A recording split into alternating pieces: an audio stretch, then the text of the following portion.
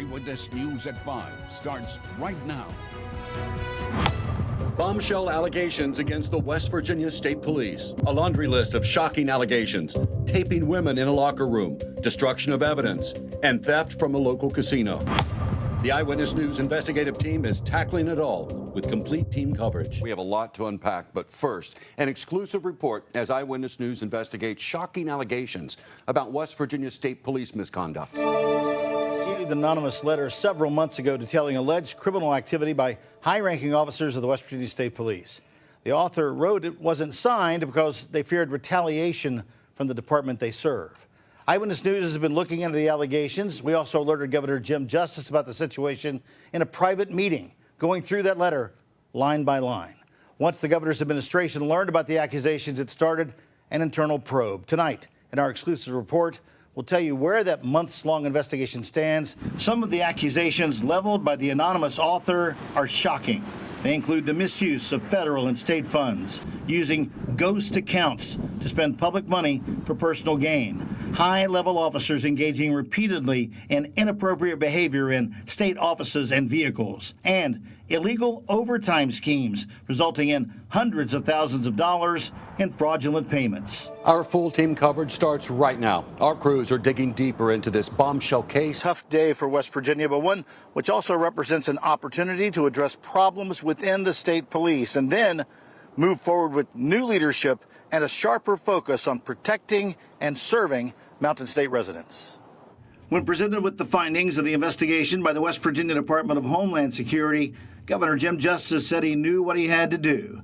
Justice, who was first alerted to an anonymous letter detailing several potential problems within the state police late last summer by Eyewitness News, determined the best way to right the ship was to make a change at the very top. Colonel Jack Chambers is now the interim superintendent of the West Virginia State Police. His first order of business will be conducting investigations into the agency that he just became the leader of. Digging deeper into the investigation into West Virginia State Police. Basically, any way you cut it, that money was stolen. Tonight, we get a look at new video of an incident at a casino where a trooper is accused of theft. Why do I feel like I'm the fall guy? I think this just turned into a feeding frenzy. Now, former Superintendent Jan Cahill not holding back. That I've displayed that I'll make tough decisions. You guys don't have to go behind my back. Former Colonel of the State Police on the defense a day after he says it was resign or be fired. I think it's vindicated him somewhat. I know it's a public opinion and he still has a long way to go. We're one-on-one with a lawyer for a trooper who claims his client was targeted by the state police. Eyewitness News lead investigative reporter Kenny Bass,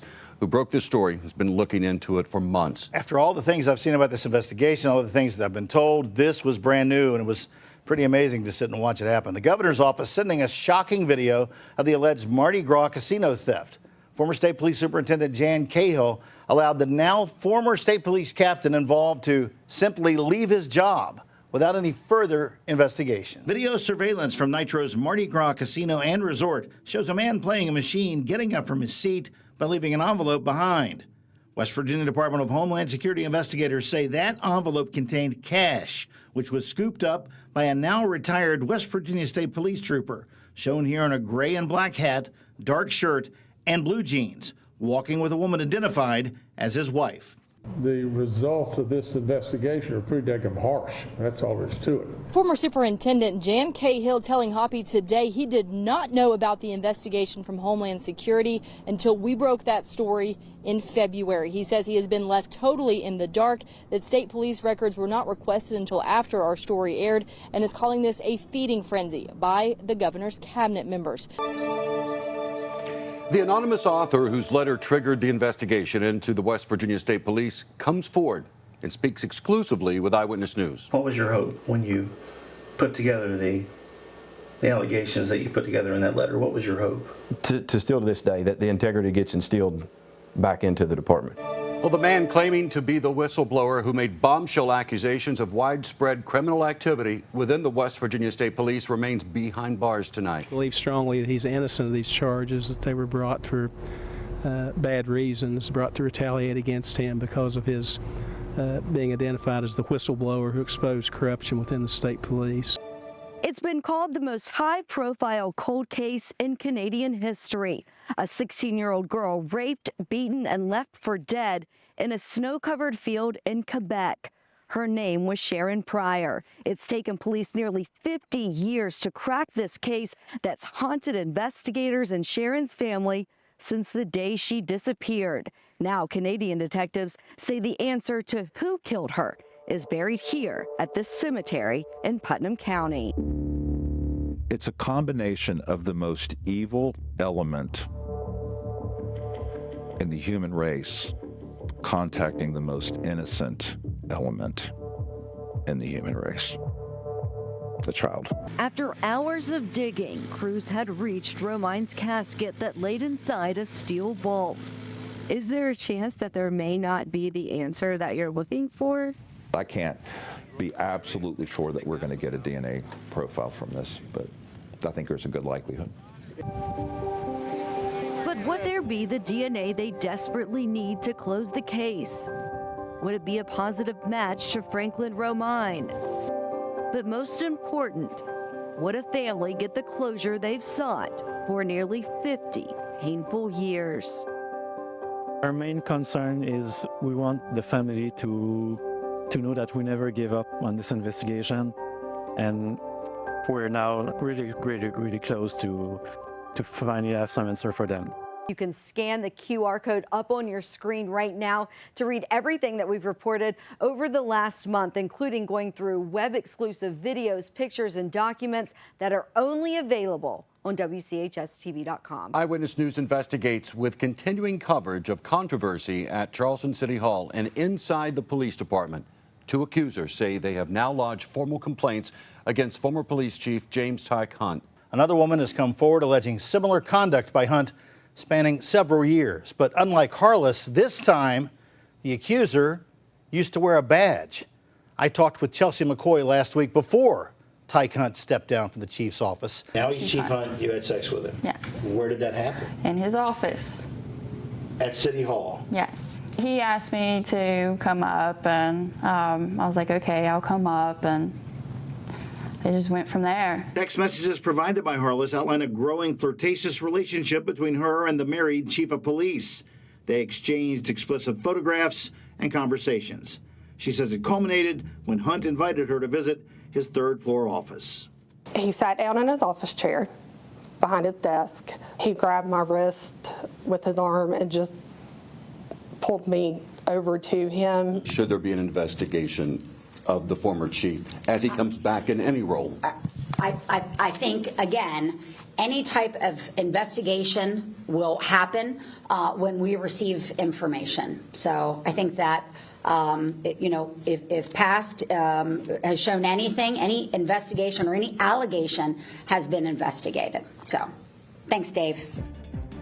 And we start with breaking news just into our newsroom. Charleston Police Chief Tyke Hunt has stepped down. Hunt emailed his two deputy chiefs and the mayor late last night and said he would be resigning effective immediately for personal and health reasons. Details of the internal investigation and punishment were not made public until after Harless spoke on a Charleston podcast and to Eyewitness News reporter Kenny Bass. I asked Mayor Amy Goodwin today if she or anyone within the administration asked Hunt to step down, and she said no. Absolutely not. The public deserves answers as to why the city covered up the incident with Ms. Harless until she came forward publicly.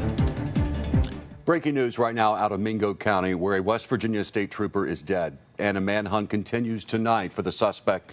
Troopers say shot him. Well, I just want to pan over. Corbin, do me a favor, pan over here. We have some state troopers that just arrived here just moments ago. I mean, this is literally just happening right now. Now, from here, it's hard to see exactly where they are pointing to because we see flashlights in all directions. By the way, for context, I hear a woman screaming. I don't know what she said, but I heard it in the distance. This is the suspects, we believe the suspects' relatives. I'm not quite sure which one, but... Take a look. This is the state police right here, and they are checking each and every car, even other police officers that are going up and down this road. And then the word came at just about 10:15 minutes ago. that the suspect was captured. We saw a flurry of activity here on Beach Road, where even this might have been a multi-state search, just because we're only about 7 miles from the Kentucky border. Honoring a hero, Sergeant Corey Maynard. Eyewitness News special coverage starts right now. This is the last call for Unit 312. No answer for Unit 312. 10-7, 1042. Sergeant Corey Maynard, rest in peace, brother. We will take it from here. Troop 5 is clear. Hundreds of law enforcement officers from across West Virginia, Kentucky, and further coming together today at Mingo Central High School to pay their respects to West Virginia State Trooper Sergeant Corey Maynard. We have team coverage of this for you tonight with Daniel Burbank live outside of the high school where services were held today. And Hannah Klein is in Williamson as we wait the procession that will take Sergeant Maynard from Mingo to Chapmanville. We've seen state troopers from Kentucky, Tennessee, as far away as New York coming out to support the West Virginia state troopers. You can feel the heartbreak in the air here in town. Maynard worked for the West Virginia State Police for over 15 years. He leaves behind his wife and 2 small children. Crews are working to clean up a train derailment caused by a massive boulder in Summers County. This is a live look of the scene from our Eyewitness News Sky Team drone. It's going to slow the cleanup a little bit. It's already complicated by a tight space between a very steep hillside and the New River. Dozens sent running from their homes by massive flames. This is the biggest fire I've ever seen. 424 Canal Boulevard East at Regal Apartments. Multiple calls. Smoke coming from the roof. Fire ripping through an apartment complex in Charleston. Breaking news. Flames are ripping through an apartment building along Canal Boulevard in Charleston. This is really just devastating for everyone to watch, firefighters included. This building at the Regal Apartments is about 35 units. We were the first news crew on the scene, and so we've really watched all of this play out from the very beginning when some of the very first fire trucks arrived here. About 35 people who are now displaced, now without a home as crews continue to fight this fire. I actually want to show you, this is a live look. This usually is the Oakwood, West Virginia 511 camera, but they're looking across the river. You can see that smoke just extending out here. You got to remember, we're in a valley, folks. So again, this is going to continue to fill the city here. There's really nowhere for this smoke to go. Down, and you're watching a live look right now as they maybe start that process. As that moves closer and closer to the Regal Apartments up there where they continue to battle the flames. This seems to be one of those final solutions that they never want to do, but in this case they do have to demolish the building and everything else that's inside. Eyewitness News reporter Anna Saunders is live right now at the scene to tell us more about the recovery effort. And in order to tell you how to help people, it's so important to show you exactly what they've been through. And that's why we want to give you a bird's eye view of the damage tonight. I'm going to have my photographer who's up high kind of span over to show you just what is left, the mangled mess of metal, of appliances, of mattresses. Patriot Service Group and its management companies have years of violations and issues. Eyewitness News is looking into documents we received through a Freedom of Information Act request to the city's building commissioner. Now, what we found shows violations at certain apartment buildings from 40 years ago. The big question is when those issues were resolved and how Patriot Services Group came into the Charleston apartment scene. At the Southern Regional Jail in Raleigh County are documented instances of no water in cells. Cell 1. Sink doesn't work. To toilets that won't flush. Cell 16. Toilet doesn't flush. Mold-infested areas, unsanitary conditions, and allegations of basic human needs like medical care and food being withheld from inmates. Allegations in the press that inmates were drinking out of toilets, not being given toilet paper, and sleeping on bare floors. 37-year-old Quantez Burks died in custody after being at the Southern Regional Jail for less than 48 hours. The state said he died of natural causes, but a private autopsy proved otherwise. He walked in and got carried out in a body bag, and it's not right. None of that was part of the investigation Sandy was ordered to conduct. Nothing about staffing, overcrowding, a growing number of inmate deaths, or anything other than water, toilet paper, and mattresses. It's been more than a year since Governor Jim Justice declared a state of emergency over critical staffing shortages at correctional facilities across West Virginia. Since then, more than 300 National Guard members have been helping staff the facilities that house more than 10,000 inmates. The Guard doesn't perform correctional officer duties, but they do come with a hefty price tag. According to the most recent numbers from the state auditor's office, $21,705,002.91 has been paid from the Division of Corrections and Rehabilitation to the Guard for salaries since the state of emergency. How do you justify, how does the governor justify the use of that taxpayer money? Part of that money, if it weren't spent on the National Guard members, a good portion of it would be going to wages for correctional officers. Been a messy and chaotic week for jail officials, also caught in the middle of that document debacle you've been reporting on for months now. Andrew Fleshman and Stephen Wimmer just pleaded guilty on a conspiracy charge for Burks' death. All in all, at the end of the day, this could have a sweeping effect on corrections across the entire state.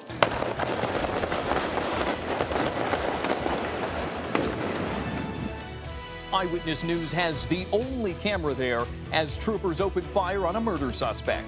We have a lot of new information coming into the newsroom on just what happened. We have team coverage to break it all down step by step. Fire is still burning behind us. The good thing is that it's mostly contained. I'll step out of the way. I mean, it's quite literally burning behind us. But this is an example of what they call a fire line. This wreckage is quite the scene. If you take a look behind me, you can see that this truck came over the turnpike, came down and landed in this yard here in the Kanawha City area. I'm thankfully able to report the driver is okay, and that's really thanks to this fellow right here, Matt Wolf. Matt, you're working here for the city of Charleston, and you happen to see all this happen. Eyewitness News starts right now with breaking news.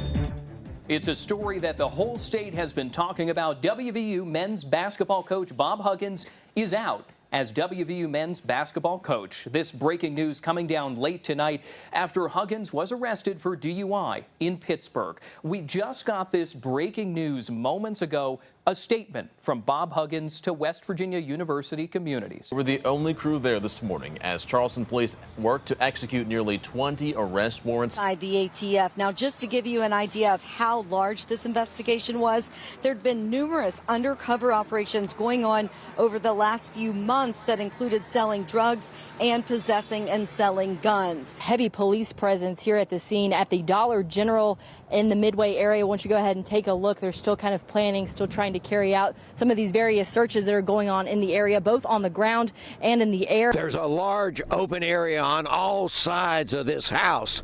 There was no safe way for officers to approach without exposing themselves to gunfire. The size of the multi-county police response stunned residents of the state's smallest county. Ready for the fighting hours to battle the Blue Devils? Ready, set, hike! Here at Eyewitness News, we're working to make sure you're ready for all the Mother Nature might throw your way. Dante, go on! Things are heating up on the football field, and tonight I'll break down how it could be heating up in the forecast later this week. I'm here to quarterback our Storm team to a winning forecast and make sure you don't get caught in a weather blitz as the seasons change. And whenever you can't watch us call weather plays here on the air, don't worry, just scan the QR code on your screen. That'll download our Eyewitness News Storm Team weather app. I'd like to give you an update on the significant widespread flooding occurring across our area. Until we can get this pattern unblocked here, it's going to remain a major concern here through the middle part of this week. So, my advice, honestly, in, these areas that have evacuated, I would stay away from your house through Wednesday. I would not go back home here this afternoon, even when it's safe to do so. Because this is what happens. You get rapid, powerful streams of water running down from the mountains. Yeah. And the power of running water cannot be overstated. And our thoughts and prayers are with those in eastern Kanawha County. That's a rough scene right there. We have crews all over our area gathering the latest information for you. Hollow area and also in the Fields Creek area. And Fields Creek was probably the hardest hit segment of the county. There were over 20 water rescues in Kanawha County. This is a dangerous weather pattern that we're in here right now. We have very slow-moving showers. We have a lot of moisture in the atmosphere, and so we're going to continue to deal with this. So I want you to walk with me a little bit. I want to show you exactly what we're seeing over here. This is the aftermath of the floods. You can just see tons of the mud, just pieces of fences and rocks. So be very careful if you're going to be out driving late tonight, early tomorrow morning, perhaps. And, of course, power outage is a big story, which we'll be giving you an update on. Those numbers have gone way up. We start our team coverage with Eyewitness News reporter Anna Saunders. But we have felt the wind increase just over the past half hour or so, in fact, creating at times almost a wake on the Kanawha River. So that's the kind of wind that's coming in here in the next hour or two.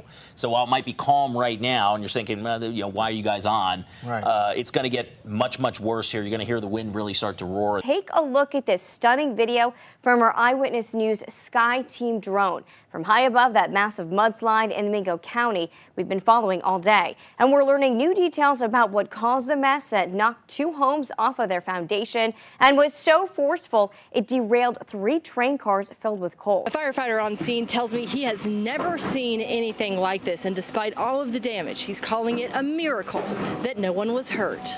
Neighbors say they heard a loud boom at around 4:30 this morning, and that's when the hillside came in. It took a home off of its foundation, trapped another family inside theirs, and damaged one more house with the water and mud. Sarah Jackson was home at the time and says it sounded like a hurricane. Right now, I'm thankful to be alive, and thankful my neighbors are alive. Live from Gomart Park, Eyewitness News this morning starts right now.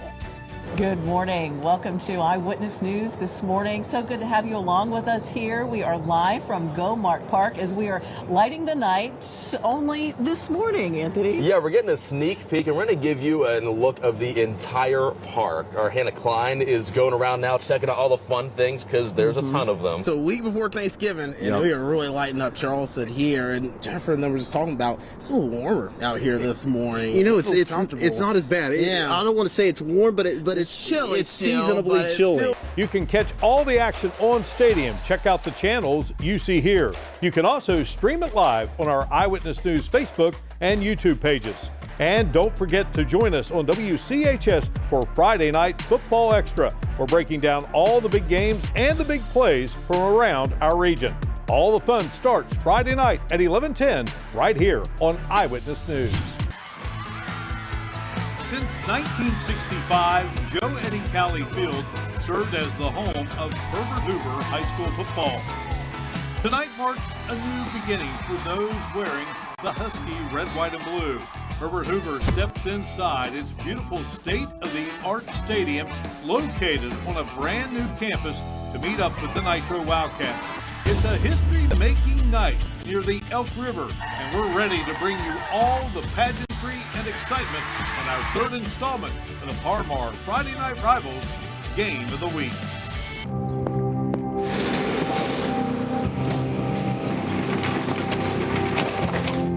People I know in this area, as long as they have the funds, they'll pull it off. They have the will and the desire and the work ethic and the morals and everything that it takes to really get through this.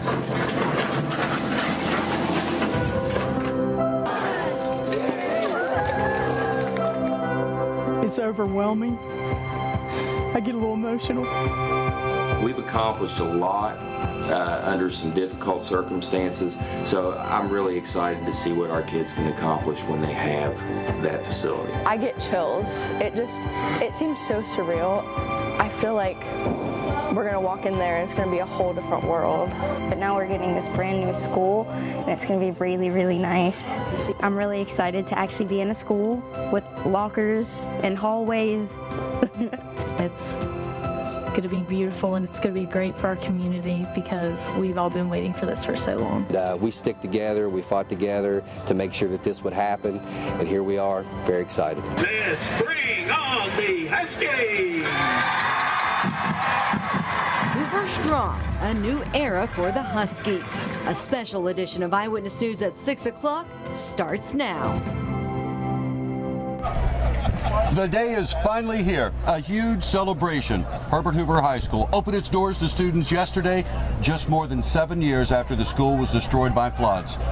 Right now, we're taking a look from our Eyewitness News Sky Team drone as the Huskies take the field for the first time at their brand new stadium. Greetings from Elkview along with Dave Benton and our wonderful Eyewitness News team. I'm Mark Martin, delighted to have all of you with us for our special coverage, Hoover Strong. We do have team coverage for you All the excitement here along the Elk River. We have Daniel Burbank. He's over in the stands where you hear the crowd cheering for one of the teams during the scrimmage right now.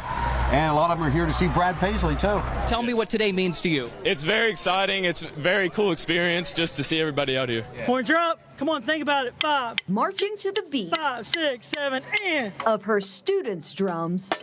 Malia Fisher says the last 7 years have been a lot like, well, marching in the band. Let's roll. I've had people come up to me and say, I couldn't have done it. And I'm like, yeah, you just take it one step at a time. Week 1 of Friday Night Football is next Friday. By then, we're still going to be blaring the AC. We're still going to be mowing the grass. The beach balls are still going to be out at the pools. But by week 10, the last week of the regular season, the leaves are going to be falling off the trees. The turkeys are going to be on the shelves. And you're going to be wearing your favorite sweaters, those pumpkin spice lattes as well. Look how temperatures change. Kickoff for week 1, 80s down to 70s. It's 50s by the time these games start. In so many ways, it's just been awesome to see the excitement, feel the energy, and we're so happy for this community and how they've come full circle. Yeah, well, Joey Fields and his Huskies, they got a lot to be excited about. Everyone here on the Elk River, they got a lot to be excited about here in this 2023-24 school year. And that'll do it for us here. Make it a great night, everyone. Thank you for joining us.